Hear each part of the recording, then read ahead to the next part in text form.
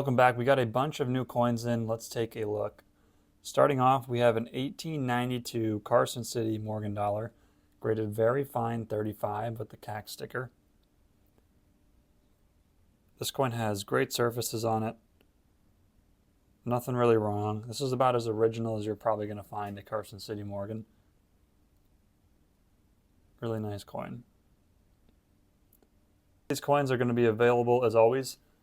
Check out our eBay store. I'll make sure to add a link to the video description, and you can reach out via email for a best price on anything here. Here's a beautiful 1925 piece dollar graded MS64 Plus with the CAC sticker. This coin has incredible obverse toning. Looks like it was at the end of a roll or something. It's a little bit of terminal and some rainbow in there. You don't usually find piece dollars toned at all, so I had to pick this one up when I saw it.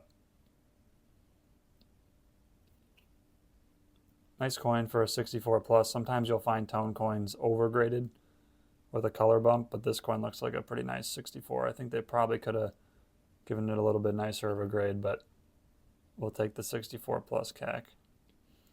But of course the grade's not totally relevant. The coin, the toning is what sells this coin for sure.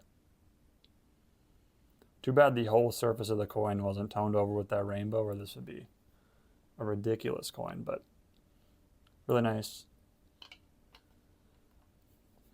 We have an 1885 O Morgan in MS67. This one has some light toning as well. This one has a little bit of purple and a little bit of light gold.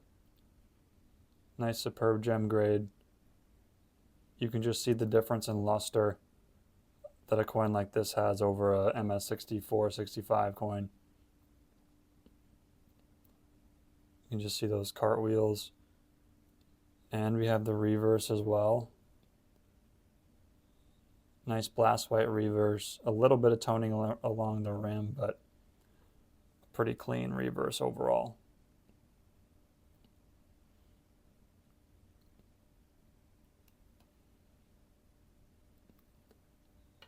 Next up we have a 1935S MS64 in the CAC grading holder.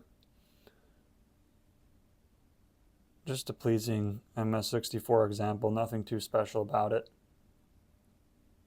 Just without any major distractions or without any problems.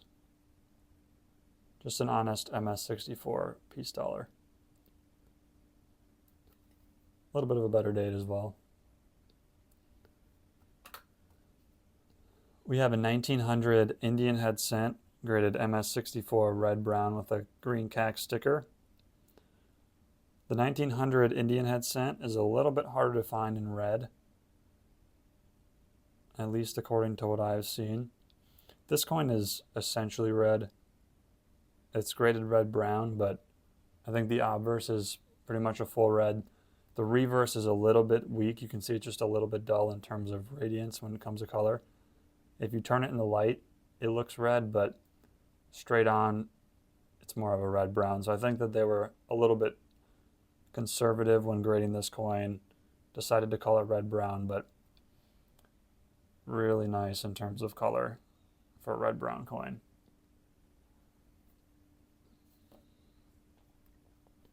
We have a piece of pre-33 gold, 1906 $2.50, graded MS64 CAC. This coin's got a few hits on it, but the luster is really nice for a 64. Usually you'll see luster on this, or like this on more of a 65, 66 coin. I think that if there weren't those hits on the surface, you can see like just the small marks on the obverse on the face and to the left of the face. This coin would be a lot nicer. It's a little bit of a scratch there. Pretty common on gold coins. Luster-wise, this coin has gem luster. Just a few hits short, looks like, of a 65. But a beautiful 64. We have an 1885 O Morgan, graded MS65 with the CAC sticker. This one's in an older blue PCGS holder. And this one has a obverse toning and a reverse toning. And this coin is really clean for a 65. I debated cracking this coin out and upgrading it. There's not really a spread with the color, and the color is most of the value on this coin anyway, so I decided to keep it, but would not be surprised if this coin graded a 66. A really clean cheek, just has like a really clean look to it. And this is about as original as a Morgan dollar comes. Likely sat in a manila envelope or similar holder for a while, so really nice and original. It's just got a couple gouges right there up here in the field. I think that keeps it from the 66 grade, but I think it could probably slide through. But not a huge spread, so we're just going to sell it in a 65 CAC. You can see the reverse color is really nice. A little bit of light purplish, and then just some typical yellow and a little bit of light blue in there as well. Definitely one of my favorite coins in terms of eye appeal. We have a 1945S Jefferson War nickel, an MS66 Plus. I think the obverse of this coin is proof-like. The reverse is a little bit weak. You can see the die polish lines in the field look like fine little scratches. A lot of people would probably call this cleaning, but it's actually die polish. Gives it a slightly reflective look. Pretty rare to find on war nickels. Definitely seen a few of these, and I've seen one with a lot crazier die polish than this one, but pretty cool. Let's see if I can. Definitely a proof-like obverse in my opinion. The reverse has some die polish, but not strong enough for a proof-like grade. A little bit of light toning as well. Not a rare coin at all in 66 plus, but pretty rare in proof-like, so I thought this was a cool one. We have a 1917D PCGS AU58 Standing Liberty Quarter Type 1. This one's toned and is part of the Everyman series set if you're a registry collector. You can put this one in there. If you're not familiar, that's just a registry set basically for circulated coins. That AU58 coin is as high as the circulated grades get. You can get an AU58 plus, but this one I think is pretty close to full head. It's not a huge deal. The color, I think, and the toning and the originality is what carries this coin, but it's a little dull in terms of luster. I think this coin would be a AU58 plus or maybe even uncirculated if there was more luster. But here's a 1953S Franklin half dollar. This is one of the nicest 53S Franklins I've seen. Obviously these came in mint sets originally, so it's not uncommon to find a 53S Franklin with toning. A lot of times the toning is really dark and crusty and like a dirty brown or gray, kind of like you see up here, but on the entirety of the coin. It's not as often that you see coins 1953S Franklin half dollars with actual color. This one clearly has some real rainbow, some real color on it. A really eye-appealing coin, super original, likely pulled directly from a mint set or a similar coin board. Nice reverse color as well. Sort of a unique pattern as well. And if you look really closely, the bell lines on this coin are pretty full for a 53S. Obviously the 1953S full bell line half dollar is the major rarity in terms of modern coins, really one of the major rarities. This one is not full bell lines in my opinion, but man is it close. Man is it close. Usually you'll find right up in here, this whole area in the bell line, especially on a 53S, is super mushy. But this is about as close as you're going to get. I mean, this would be probably a six-figure coin if the bell lines were full, but it's significantly cheaper than that. You know, it's fairly common, even in 67 grades without full bell lines, but I don't think there's any in 67 full bell lines. Pretty neat coin. We have a 1909S Lincoln Wheat Cent MS66 red CAC approved. Now, this is another just really original coin. I try to buy them super original with just a little bit of crustiness or a little bit of toning on them.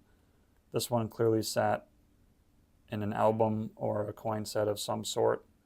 I'm sure it was part of a really nice set. Has a little bit of light toning, light copper toning. Nothing too crazy. And a beautiful reverse. Again, a little bit of light toning on it, but a really mark-free coin for the most part. A nice 66 as well. And definitely a red coin. We have a pretty cool set of Texas commemoratives, 1937 3-coin set. We have the P, the Philadelphia, the Denver, and the San Francisco coins. And you can see that each of these are sequential serial numbers. The 4016, 4017, 4018, so they were actually submitted together. And these are fairly older holders for NGC, so kind of cool to get them all together, not a recent set. Likely part of the same collection for a long time. And in my opinion, these coins are pretty nice for 66s as well. There's not a huge jump in 67, but a little bit of a jump. Just a light toning on these coins. Relatively mark-free. This is the Philadelphia. We have the Denver. Looks like the Denver may be a little bit nicer than the Philadelphia.